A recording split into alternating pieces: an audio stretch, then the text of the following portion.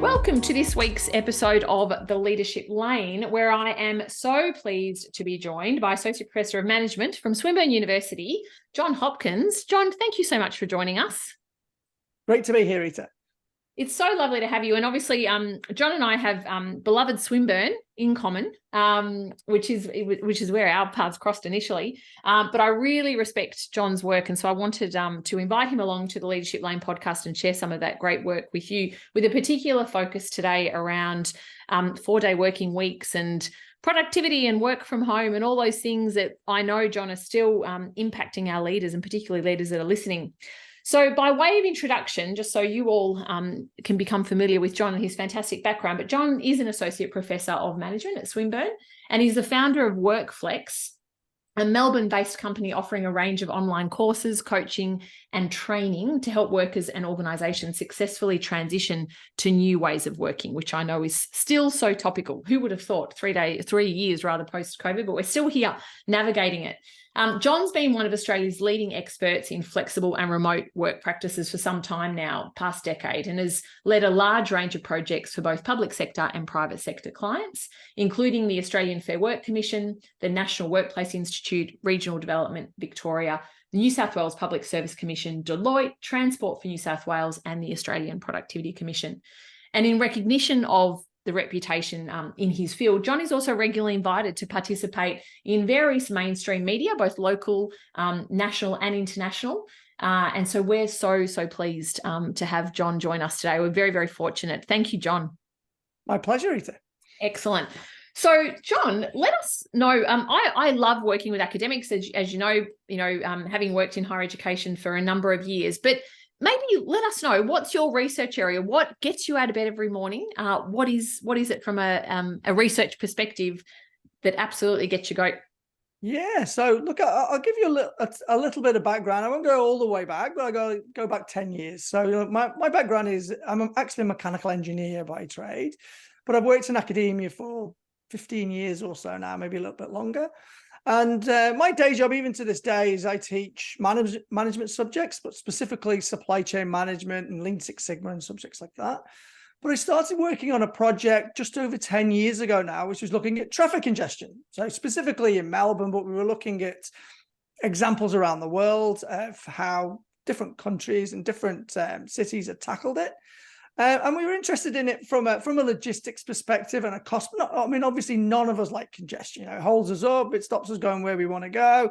But from a business perspective, it's very disruptive as well, and it's costly. So we went into that project very much with a business lens, and very quickly we started looking at, what is congestion? Why did we get it? And we quickly noticed that cities aren't congested all the time. They're congested during certain periods. And usually, most commonly, it's periods of people going to and from work.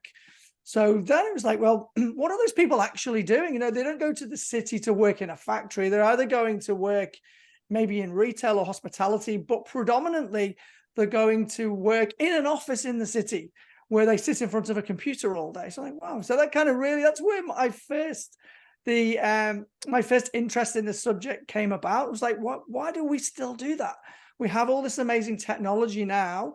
We were literally putting our laptops away, putting them in our bags, sitting in traffic for an hour to open them up again. I thought, this doesn't make sense. So that was really the start of it for me. And since then, I mentioned, as you mentioned there, a lot of the clients I've worked for, I've worked on a lot of projects.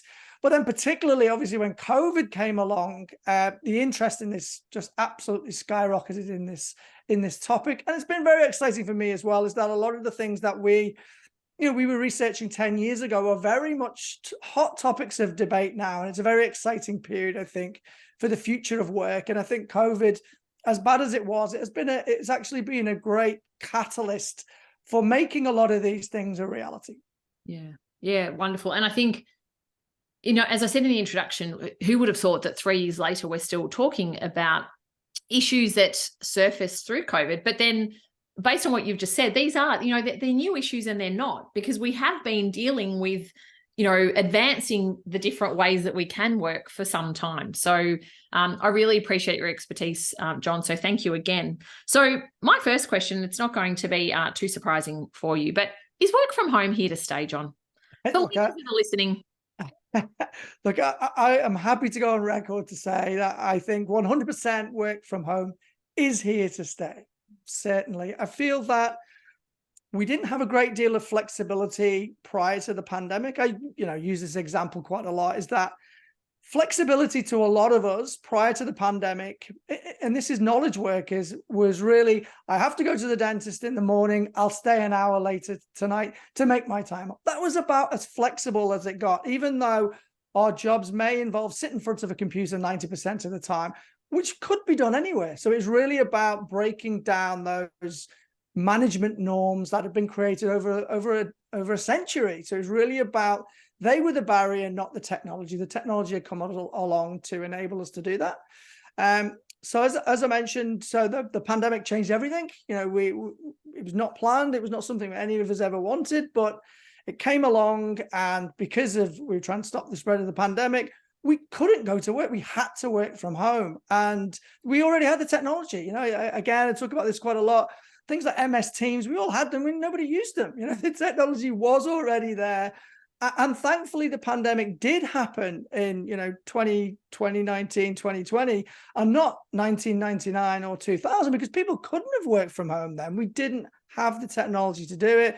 We didn't have, cloud to have all our documents there. Not enough of us had broadband at home and things like that.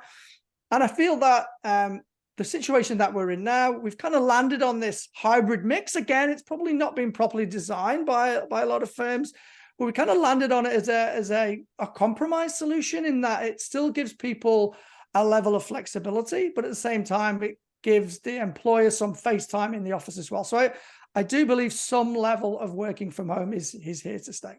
Yeah, I agree that I was actually talking to someone over the weekend around having kids work in the vicinity of your home office. And it was actually my sister-in-law, my nieces are 3 and 5. And she said, oh, you'll never guess, I was on call with some management consultants the other day, and the 3-year-old walks in with her harmonica. And she said, like, people kind of go, oh, how cute, and all these kinds of things. No one bats an eyelid. But I had, my daughter, she's 15 now. That would have been unheard of back 12, 13 years ago at that age. And so we haven't, I think we have an appreciation. We've learned to tolerate it, live with it. We see cats jumping on laps and kids moving into frame and all sorts of things. But I have read some stuff, and I think just pre-jumping on, we were sharing a recent KPMG report that says, CEOs, they're pretty keen to get people back in. And I know from my own client experience, one of the questions I asked them is, so how's your ratio of work from home versus work in the office going? They're mainly doing 3-2, so 3 days in the office, 2 from home. I'm interested to know whether you're seeing and observing that. But this KPMG report says that within 3 years, CEOs are pretty keen to get everyone back to, pre-pandemic, and even maybe going back, 5, 6, 8 years ago, when this level of flexibility that we now have just wasn't a thing. What are your views on that, John? Are you seeing the same thing? Yeah, look, I read that report, and if you read the wording of the questions and the answers from the survey, it was a bit of a leap, really, to make that headline, first of all, I would say. Also, in terms of what I'm seeing, look, I think a lot of us have landed on hybrid. I think we could do it better. I don't think there is a perfect solution for anybody. We're always looking to, it's just a cycle of continuous improvement. So I think anybody who's aiming for perfection is, they've got a disappointing journey ahead of them, I think. But I think with hybrid, it definitely does maintain that level of flexibility that people want, and it definitely has that level of control, I think, that employers might want. But I feel that, and of course, a lot's happened in the last 3 years, and kind of toing and froing, and individuals may not get the amount of flexibility they want, and employees might not get that 5 days in the office face-to-face that they might want. But I think somewhere in the middle is where we kind of find the happy medium, and that's kind of what I'm seeing at the moment. But what I would predict long term, this is still very early days, and as I said, there's a huge acceleration in flexible work arrangements because of the pandemic. It was slowly happening. I remember reading online, someone said it was like a 50-year catalyst. You know, that we're seeing things that now wouldn't have happened for 50 years without the pandemic, which might be a bit of an exaggeration, but it's a good point. I think it was happening. And I feel that as time progresses, the technologies that we're using today are pretty good, but who knows what they're going to be like in 5-10 years time. They could be amazing. It could be like actually being there, but you're online or using VR or AR or whatever it might be. So as technologies get better and better, and I think as younger people come into the workforce who've grown up around technology, you know, they have technology in school, they kind of do their homework with their friends online in groups, and they're playing Minecraft together in these virtual worlds. Are they going to want to go to the office 5 days a week? I don't think so. So I think over time, I feel that remote work will increase even more than it is with us today. Yeah, we've certainly got the technological capability, and it's a good point you raised earlier around, you know, had the pandemic happened back in 99, for example, you know, or 10 years earlier, then we wouldn't have been as equipped to move as quickly as we did, even though that speed of change was maybe that 50-year catalyst that you referenced.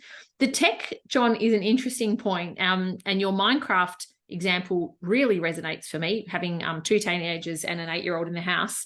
To spend a fair amount of time on video games and socializing. So what I did see from a parent perspective, but I think it also applies in a work context, is people's ability to connect and socialize online. We knew we had to change that, right? So I don't know about you, but towards the end of 2021, 22, if I was invited to another round of online Zoom drinks, I was politely declining because I was over it by that stage. Like I actually wanted to be sitting across the table from someone.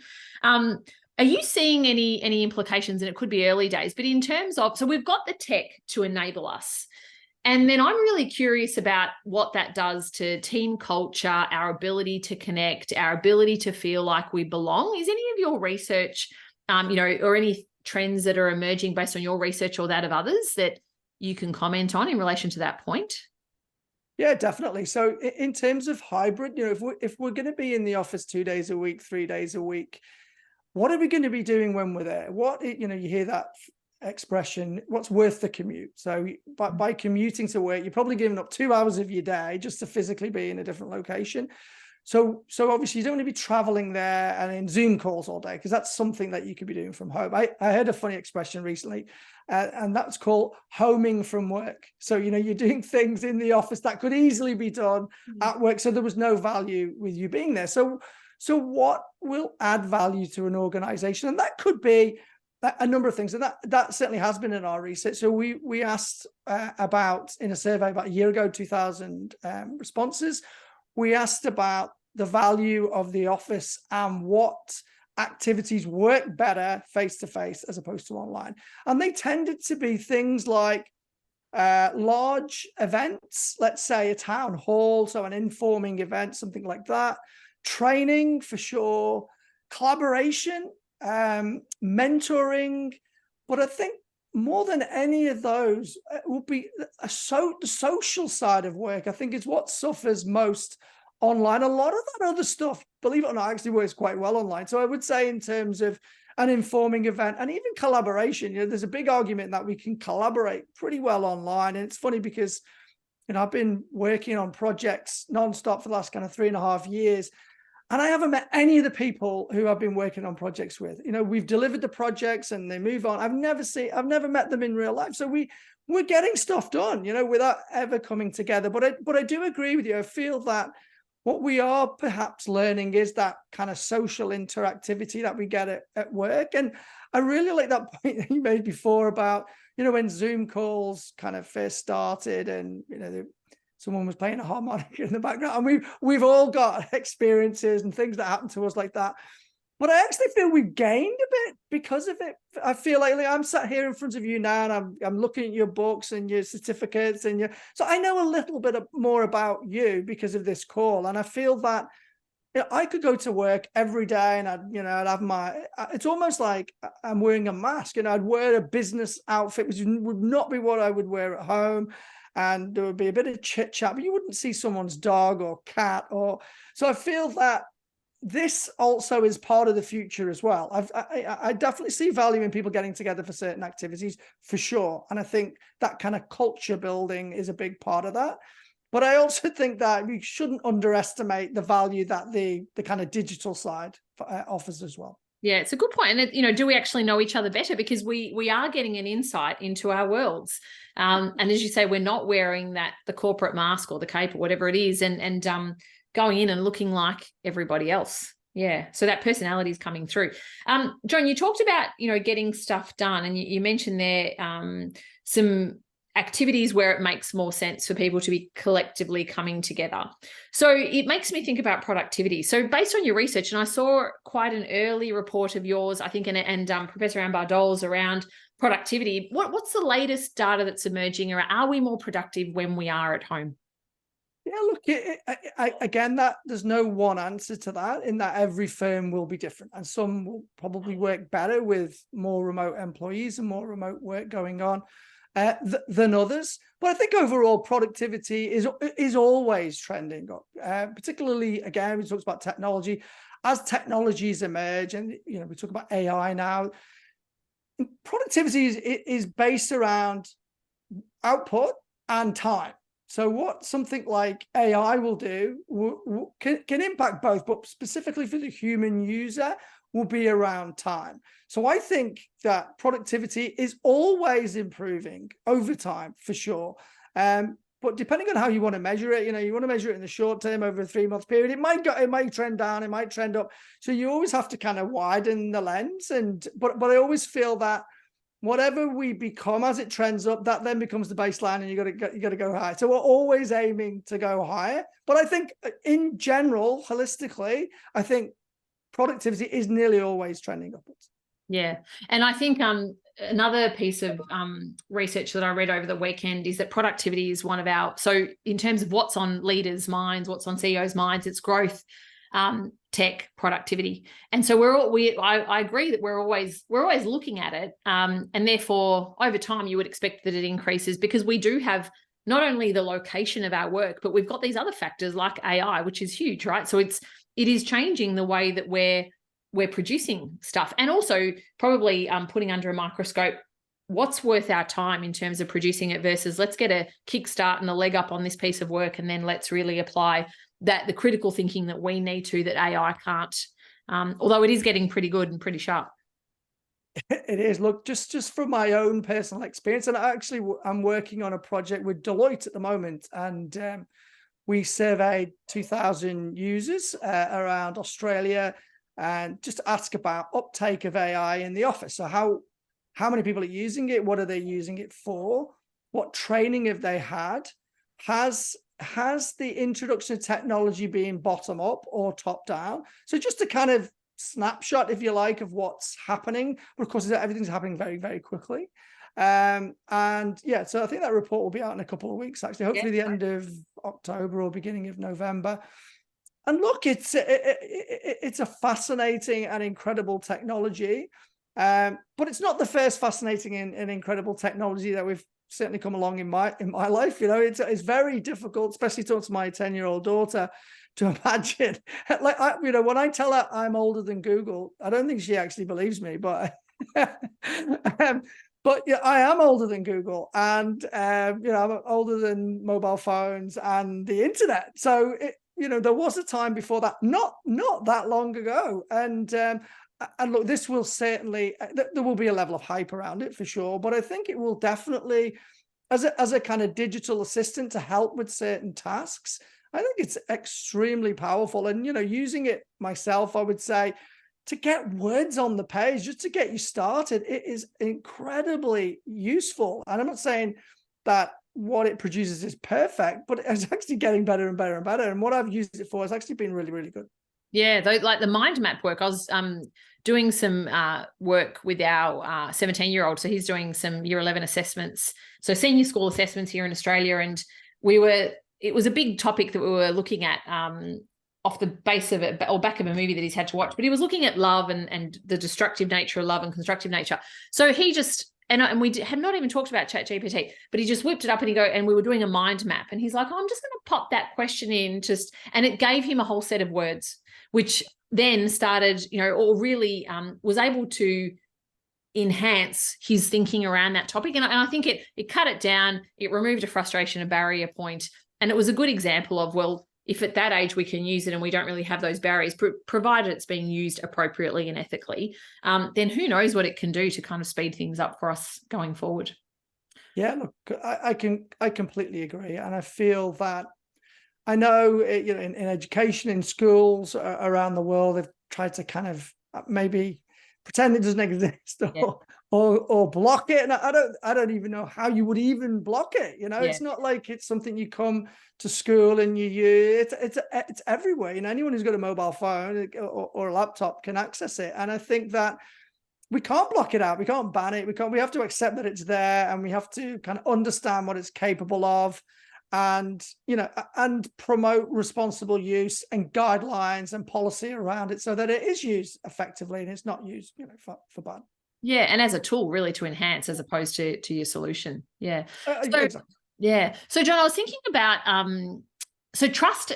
I do a lot of work in the trust space with various teams and in organizations, and I've been thinking a lot about leaders, particularly those micromanager type of leaders that rely upon what they can see and hear. And so they're, that kind of persona of leader, and we might all have that in our mind around what that looks like, but they do rely on being able to physically see people working, to give them a sense that the team is being productive, and they might just be in fantasy land, right? Because we know that people can be there, but not really there. What are you seeing around trust and productivity? And is there a difference with the type of leader that you are in terms of how well you and the team are moving towards this hybrid, or moving, I guess it's already moved, but really being able to establish hybrid working as an ongoing method of work? Look, trust, I would say, is the number one keyword in all of this. I feel that everything we mentioned before about the pandemic and people not having flexibility, maybe there was that was a trust issue there, and people not being able to work from home or whatever. And pandemic came along, people couldn't go to the office. The leaders you've just described couldn't, they had never managed like that before. So it was a difficult period for them. They didn't know what to do. So they had to trust that their people who were all sat at home with their laptops waiting for the lockdown to end, they were hoping that they were doing their work. And in the whole, they have. And I think that's probably, and if they hadn't been, we wouldn't even be sat here today talking about this. People would all be back in the office if it hadn't worked and productivity had dipped. So look, I think trust is huge. And I feel that, that KPMG study as well, that's really an insight into trust. And I feel that we hear a lot about mandates and back to the office and, badge swipes and monitoring those and then being linked to bonuses. And what are we actually trying to achieve with that? If we have a successful operation and we're productive and our people are happy, okay, if they're happy, and that's clearly what they want to be doing. Otherwise, they would be in the office 5 days a week. I haven't met any organization that stops people coming in. Okay, people can come in whenever they want, but they don't. Okay, they prefer to work from home, or they come in a day or two, or whatever it might be. So, and I think trust is really linked to, engagement and human energy and all of those things. If you have a boss that trusts you, you would go that extra mile for them, 100%, because you feel trusted and empowered. If you don't feel trusted, we obviously heard that story about quiet quitting. You would probably wouldn't go the extra mile, and you would do your job and not go beyond that. And I think a lot of businesses rely on people going above and beyond, for sure. And I think that when there's the argument about return to office and the standoff, if you like, between CEOs and employees, what do you really want? Is that a battle even worth fighting? I feel that if you get everybody back in doing something they don't want to do, what impact is that going to have on retention for starters, but productivity and all those things I said before about going the extra mile? You're going to physically have them in the office, and they're not going to be as happy as they were doing what they wanted to do. What impacts is that going to have? And look, if there was a queue around the block of new people to come in to replace them, well, that might be a gamble that you might want to take, but there isn't. There's a talent shortage on as well. So if you didn't have a reason to treat your people well already, well, maybe that is it. Yeah. I think I reckon the micromanagers, if there's ever been a reason for them to review the way that they're leading, this is it, because what I guess the levers that they've relied upon to measure so-called productivity and what they see as the levers of hard work are changing, and we're going to have to look deeper and wider. So John, another couple of things that you'd mentioned prior to us coming on, which I think are really, really worthwhile. So you mentioned that there's this work from various locations. So we know that through the pandemic, I mean, we could pick any room of our home, to work, and that includes dining tables and maybe outdoor if you've got a balcony and you're lucky enough to do that. But it also includes work at local libraries. I know that I've read even in my local council area that it's really difficult to get a spot at your local library. I remember taking my kids there probably a few years ago now. Maybe it was just after pandemic, and I was like, shh, we're in the library. And the librarian said, no, you don't have to be quiet anymore. And I must have been thinking back to grade 5, Mrs. Liston, I think her name was, bless her, but she was very, very fastidious on everyone having to be silent in the library. They're no longer those kinds of spots where there's discourse and discussion, and they are kind of more your co-working space. What are you seeing in terms of people's preferences for location to work, if not at the office? Are they working from home or are they working elsewhere? And maybe talk to us a little bit more about work from Hospo, which is an initiative coming up next week, as I understand. Yeah, look, so we did some research at the end of last year. So myself and 2 colleagues from Swinburne, we're all parents, we've got kids kind of reasonably the same age. And it was really motivated by the fact that everywhere we went, we seemed to see laptops. Okay, so if you've got kids and you take them, my daughter goes to gymnastics, and she goes to ninja, or kids go to swimming. There's always parents out, and there's all got the laptops open. So there really is work from anywhere. It's already happening. So we were interested in that, but we were interested from the hospitality perspective, because I know that cafes in particular, but also restaurants and bars, you quite often see people working there. And I know that during the pandemic, hospitality venues were hit really, really hard. Okay, that their whole business model was kind of blown out of the water because they couldn't physically have people there. So we were really interested in what motivates people to work from those venues. So we interviewed around 15 to 20 users, 5 venues, and we wanted to kind of understand a little bit more about what's happening. So in terms of why people do it, we found that people are doing it maybe 2 or 3 times a week, staying there anywhere between, say, 20 minutes and 2 hours. Some people longer, some people kind of in and out. But they did it for a number of reasons. And one was really around social connection. So working from home is great. You don't have to commute, save time. You can kind of work in your pajamas or whatever. But if you're at home on your own all day, it can be quite socially isolating. So it kind of breaks that pattern. Also, it's an opportunity to maybe disconnect from technology. So having half an hour with your thoughts. It's also, you can combine it with, it might be a walk outside. So you have a 15-minute walk to get there, some fresh air, so you get some exercise, also a mental break. Could also be for meetings. So rather than, it's funny, like that's certainly what I use them for a lot, is that, I kind of work here, live here, but my colleague lives here. So we meet somewhere in between where we live rather than both traveling to the office. But the most common reason that people tend to use them for is really this kind of change of scenery helps them to get into a more creative mindset. So actually it's quite stimulating. It was funny because one of our participants who we interviewed said that she used a really great quote about J.K. Rowling. If J.K. Rowling can write Harry Potter in a cafe, then we're all capable of doing good work there too as well. And that's so true. And it's if you're a freelancer or you work in the creative arts, you probably had a very flexible work arrangement your entire career. But what's happened, of course, is that a lot of other people have now got more flexibility around the way they work. And the first step was really working from home. But hybrid isn't just working from the office and working from home. You can work from the office and work anywhere else. And we hear these fantastic stories of digital nomads roaming the world, kind of working and traveling and whatnot. And I think we're going to see a lot more of that. I think, again, we've already got the technology to make a lot of jobs portable, and I think that will only increase. So the event you mentioned is called Work from Hospo Week.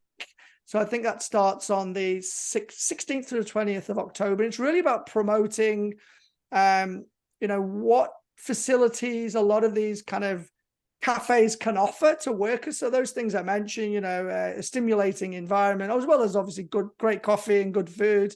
And I think one of the key findings from our research as well is that, because when you first think about people working from a cafe, and when I did a lot of media on this after we released the report, it was all, someone will sit there and they bring their own drink and they don't spend any money. This kind of stigma attached to it. And when we interviewed the venues, that wasn't something that they experienced or didn't experience a lot of. And they said that it would only ever be an issue anyway if they were taking up table space for paying customers who were coming in. Otherwise, they actually didn't really care too much.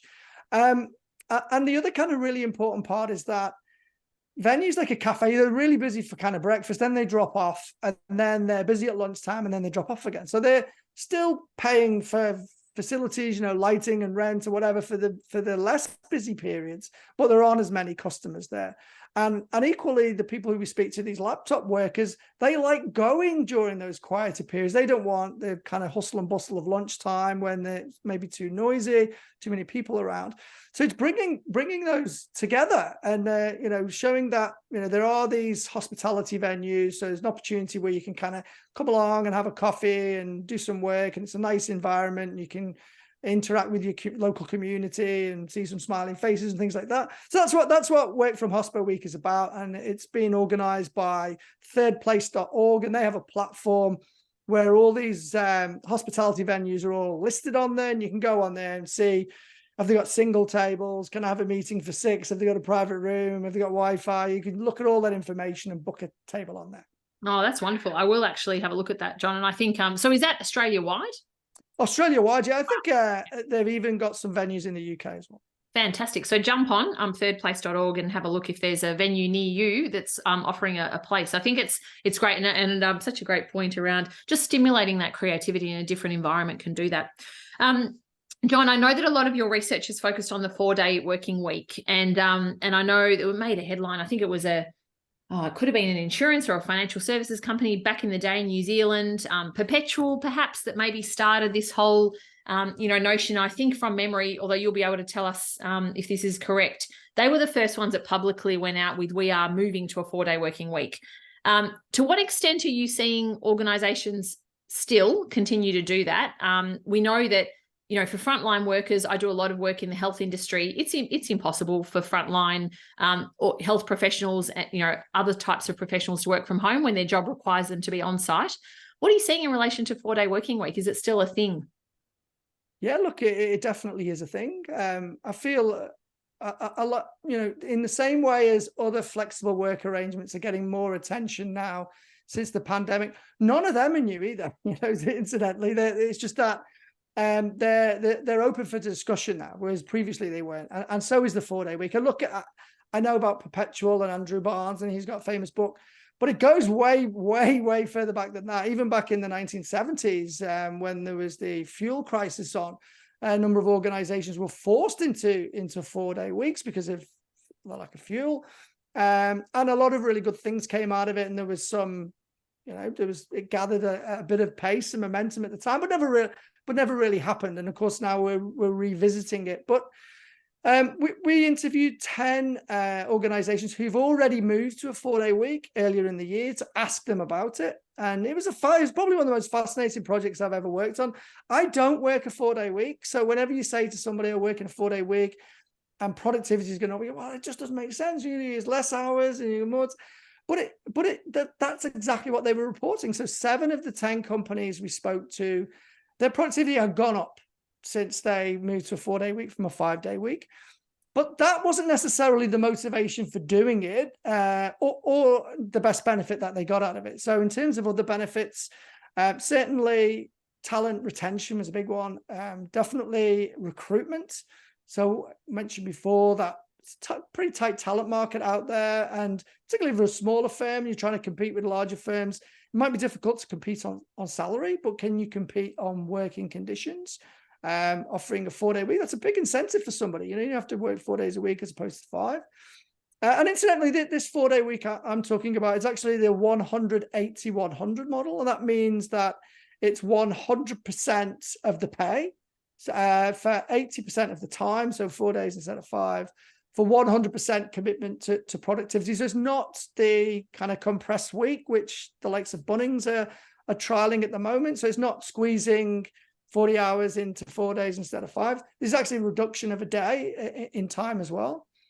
So not only has it resulted in these improvements in productivity, but also staff retention, certainly recruitment, but also sickness, and in some cases sickness had actually dropped to 0. So when I'm kind of being asked about this, and people kind of struggle to kind of get their head around it to a certain extent, there's definitely a lot of skepticism around it. But for me, it's really it's a fascinating case of psychology for me. Is that any human being goes up and down. We all have emotions, and we get tired or we get energetic or whatever it might be. We're not in any constant state of energy, and human energy is not an infinite resource either. Okay, we kind of get tired and we suffer burnout, and that's another whole new topic. And that was another motivator for the 4-day week for some of these firms. So what they were doing is they're putting an incentive in place, in that if you get all your work done and you hit all these pre-agreed KPIs every week, you get a day off every week. And that really is a powerful motivator, and certainly proven in terms of the results for these companies. So look, I'm not saying it would work for every organization, but it's certainly another one in the flexible work toolkit that you could certainly try. And for the companies we spoke to, it had been a raging success. Yeah, and I like the reference there to the toolkit, John, because what that, I guess, reinforces is that different organizations, different teams will probably put together their own version of how it's going to work for them. It could be a 4-day working week. It could be different types of incentives. It could be different models around work location. But I think, what I'm really getting from this conversation is that is the key. It's about working out what's going to work best for us. And that will probably change over time, as people come and leave and priorities change. But I think that reference to the toolkit is brilliant, because it's not one size fits all. Yeah, look, I completely agree. And I feel that the role of a leader is changing, but what isn't changing and will never change is that a key role of a leader is to get the most out of the resources that you have. Okay, and that's physical resources, but more importantly, human resources. So how do you motivate the people that you have? And different people are motivated by different things, for sure. So and the people you have come and go. There's good, and you might come and go.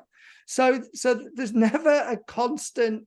Whatever you're doing, is you can't just kind of say, well, that's it, I've completed it, I've finished this, and it's as efficient as it's ever going to be. That's not the case, but it is a toolkit that you can keep trying things and doing things, and just focusing on knowing what's available and focusing on what you're trying to do with it. And yeah, look, it's a fascinating case study. I really enjoyed speaking to the companies. They were extremely enthusiastic about it, and I think maybe even to a certain extent surprised themselves by the results that they got out of it. But they're obviously the business benefits, but looking at the human benefits, there are people involved here as well. That ability to have an extra day off a week gives them so many wonderful opportunities. First of all, life admin was a big one. Getting all those getting your grocery shopping done, washing the car, whatever it might be, on your gift day rather than at the weekend means that you've got the weekend to yourself. Okay, so that's a big one. Just the ability to, one thing that really resonated me more than anything else was 2 people we interviewed both said the same thing. They don't know each other, but they both said that they'd been for an annual checkup at the doctor's, just a health check. They weren't sick, and they said that was something they never had time to do in the past. So they're really investing their time in their health, which I thought that was extremely encouraging. And also in terms of other things that people did, took up exercise, did a charity run, took up new hobbies or had more time for existing hobbies. But one other result that really resonated with me as well is that people said that they felt they were better at their job for having more time off.